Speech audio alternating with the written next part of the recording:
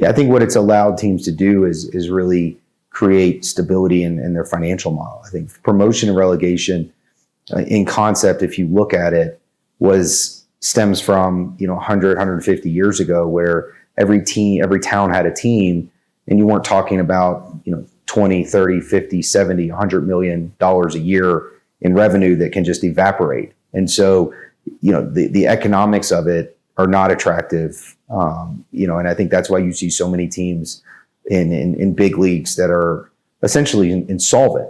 So yeah, we think here not having it is certainly attractive. It allows us to build appropriately and invest where the team needs it. 100%. I think you look at it's $700-800 million right now to get into the MLS, and the MLS has done an amazing job of building a league. And I'm kind of that older demographic that grew up with soccer, but also has been a fan of MLS and season ticket holder for Atlanta United. So the growth there is great. But yeah, we look at value, and if you're looking at value, you're looking at where it is now and where will it go. We felt like a lot of the teams that we looked at in Europe were mature. There wasn't a lot of growth left, and there was probably more risk of downside than upside. And somebody who's an investor, you certainly want to look for that opportunity where you can grow. I think this league is just scratching the surface. From a valuation perspective, there haven't been a lot of transactions here, but I think you'll see more. You'll certainly see Americans continue to come into this league, and as teams become available, we'll certainly buy into it. I think there's a geographic advantage.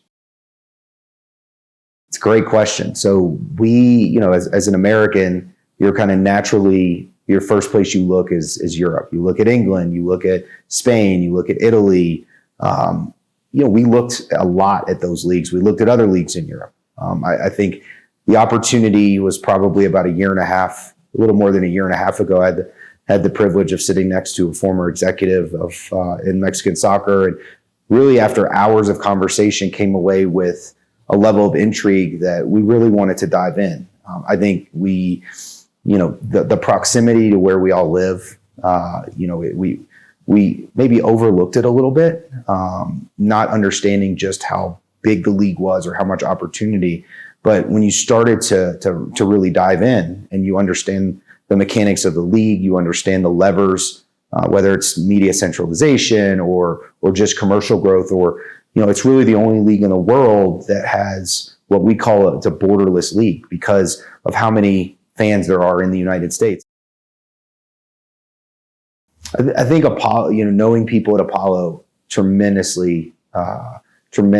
people there who are some of the smartest people from an investment perspective and looking at global trends and wanting to be on the right side of those opportunities.